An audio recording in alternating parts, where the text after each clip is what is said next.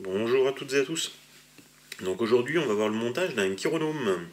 Alors qu'est-ce que le chironome? Le chironome c'est un verre de vase qui passe en état de moustique en quelques secondes, quelques minutes, quelques secondes à peu près.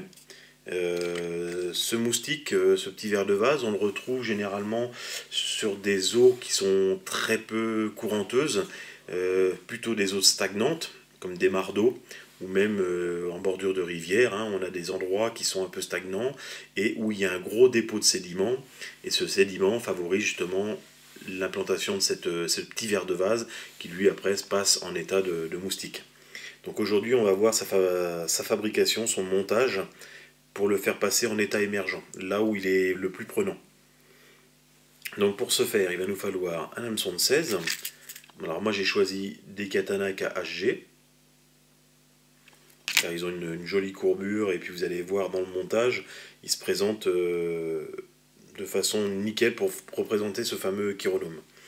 Donc il va nous falloir un fil de montage de 10 ou 8,0. Pour le corps, un kill couleur naturelle ou ginger, ou après vous mettez même un couleur rouge, ça marche très très bien. Il va nous falloir aussi pour le thorax de l'oreille de chevreuil. Si vous n'avez pas d'oreille de chevreuil, vous pouvez prendre de l'oreille de lièvre. Et pour l'aile émergente au-dessus, il va nous falloir, et qui nous sert aussi de témoin, il va nous falloir du cul de canard. Donc là, je démarre mon montage derrière l'œillet, je prends un tiers de l'hameçon, pas plus. Je coupe l'excédent. Je prends mon cul de canard, parce que je vais monter mon aile en premier, voilà. Je coupe toutes les grandes fibres là qui dépassent, qui me gênent, pour avoir une coupe parfaite, droite. Vous voyez, là, ici, je suis bien droit, et derrière, j'ai toutes les pointes de barbule. Donc on va poser notre aile dans ce sens-là. Là, je vais faire un tour avec le porte-bobine, un deuxième tour, pour sécuriser un peu le montage. Je fais en sorte que mon cul de canard reste bien au-dessus. Et hop. Voilà, je reviens un peu vers mon œillet, mais je fais attention de laisser vous voyez, un petit millimètre entre mon œillet et mon aile. Et là, je reviens vers l'arrière et je commence à former mon corps. Donc, vous voyez toute cette épaisseur de cul de canard, il va falloir qu'on le rattrape en faisant des tours de montage sur la partie de la courbe, sur la courbure de l'hameçon. Je vais y arriver. Donc là, arrivé ici, je vais lui attacher mon polish kill. Alors, bien sûr, avant de l'utiliser, préparez-le, humectez-le, car votre polish kill, si vous le prenez tout de suite de votre sachet et que vous l'installez, vous allez finir par le casser. À un moment donné, il y a des polish kills qui sont trop secs et ils finissent par casser. Donc là, on monte, comme je vous ai dit, le corps en forme conique pour récupérer cette surépaisseur qu'on a là de matière.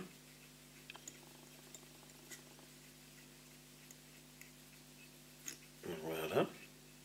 Là, je m'arrête ici au niveau de l'aile, vous voyez, un bon petit millimètre avant l'aile. Je vais prendre ma colle cyanolite. Je vais en mettre une petite goutte partout sur le montage. Alors cette colle, elle va m'aider à sécuriser donc le montage dans un premier lieu, et aussi de bien coller mon polish kill, parce que le problème du kill, c'est que c'est assez fragile aux dents des poissons. Donc le fait de le coller, on sécurise bien le montage. Alors je vais commencer par un tour, je vais y attacher ma petite pince quand même à hacle pour bien le maintenir. Alors, il y en a qui commencent, quand ils attachent leur kill, par la pointe. Donc à l'inverse de ce que j'ai fait. Et il y en a d'autres qui l'attachent comme moi. Alors ça, il n'y a pas plus d'importance. On n'est pas là pour donner du volume à la mouche, c'est vraiment une surface lisse.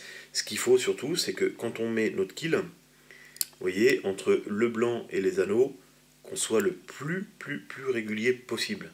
On ait un montage qui soit agréable déjà à l'œil nu et qu'on soit régulier, que ça soit propre. C'est surtout ça le plus important,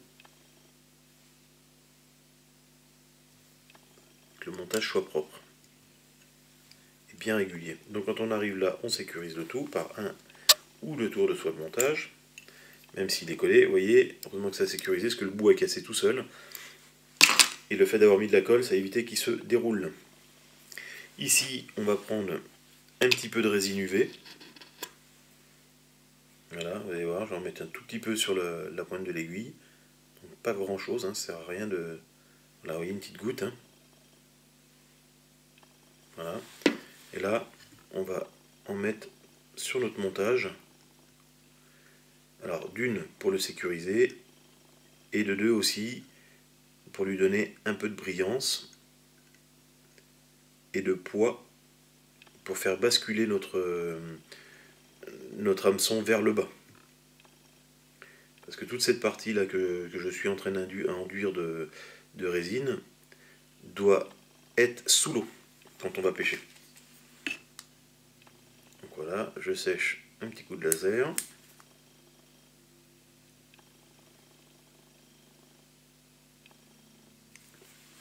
Voilà. Donc là, on va utiliser maintenant notre fil fendu. Donc là, on va détourer la bobine, préparer notre fil. Alors bien détwister la bobine avant de le fendre, parce que sinon, vous allez vous retrouver, vous n'allez pas pouvoir ouvrir votre fil comme il faut, et vous allez être bloqué sur 2 cm et vous n'allez pas pouvoir mettre votre poil. Il faut vraiment bien penser à faire ce que je fais là. Voilà, puis après ça se voit, dès que vous arrivez avec votre aiguille, le fil se met à plat tout seul. Et il se met bien, je ne sais pas si on va bien le voir là, quand j'appuie dessus, il a tendance à s'élargir. Donc là je peux le fendre, puis vous voyez, là, quand je le fends, je peux descendre assez loin sur ma bobine, il n'y a pas de souci. Donc là, j'attrape mon oreille de chevreuil, je glisse dans le montage. Alors là, on va régler la taille. Donc, je trouve qu'on est un peu grand. On va rentrer le poil. Alors, il faut faire attention parce que l'oreille de chevreuil a tendance à bien glisser dans le fil et à se sauver. Si on ne fait pas attention, on perd notre fil. Alors, si vous n'avez pas d'oreille de chevreuil, puis vous voyez, elle se met pas droit. Donc, si vous n'avez pas d'oreille de chevreuil, vous pouvez lui mettre tout simplement de l'oreille de lièvre. Ça marche aussi, il n'y a pas de souci pour ce type de chironome. Alors là, c'est pareil comme d'habitude, hein, on le twist. Ça sert à rien de trop twister. Et surtout, il ne faut pas non plus ne pas assez le twister. Parce que si vous ne le twistez pas assez, vous perdez vos poils, les poils tombent. Et si vous le twistez trop, vous mettez de la tension dans votre fil et votre fil pète. Donc là, arrivé là, on va prendre. Donc là déjà, hop, vous voyez, je vais mouiller mon cul de canard pour pas qu'il me gêne. Dans un enroulement. Donc là, je vais prendre mes poils et les rabattre tous vers l'arrière. Et là, je vais commencer à faire mes enroulements, mais à bien rabattre vers l'arrière. Et là, je continue à bien rabattre. Et quand j'ai fait mon tour au niveau de l'aile, je soulève l'aile et je viens, voilà, mon dernier tour, je soulève l'aile, je rabatte tout vers l'arrière et je viens faire ma tête. Alors attention, la tête, vous voyez, j'ai fait 3 tours, 4 tours, pas plus, parce qu'il ne va pas falloir non plus qu'on ramène le cul de canard, on l'incline vers l'arrière. Ce qu'on a besoin, c'est qu'il reste comme ça vers l'avant. Donc plus vous allez faire votre tête grosse, et plus ça va ramener votre cul de canard comme ça. Moins vous allez la faire grosse, plus votre cul de canard va rester vers l'avant. Donc là, j'ai fait 3 tours devant, et là, vous voyez, j'entame directement mon nœud. Et là, c'est parti. Hop, 2 tours, 3 tours de fil, pas plus. Et là, pareil, 2 tours, 3 tours, pas plus. Et vous avez vu, dès que je lâche mon cul de canard, il a tendance à revenir vers l'avant. Donc voilà pour ce petit montage de chironome. Là, on va couper l'excédent de fil. On va reprendre l'aiguille avec un petit peu de cyano. Là, le but étant de ne pas mettre de poids sur la tête, hein, le moins possible de poids. Donc là, la cyanolite est moins lourde que la résine UV. Et là, je sécurise mon montage.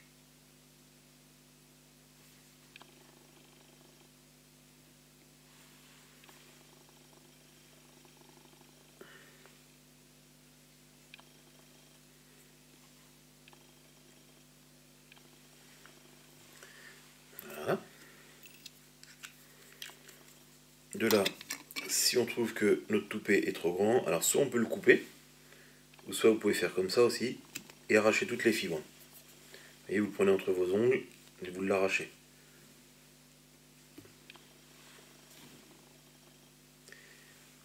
Après, avec l'aiguille, on va relever nos poils. Parce que comme on a mis les doigts sur le montage, on a compressé un peu le tout. Donc on va réaérer.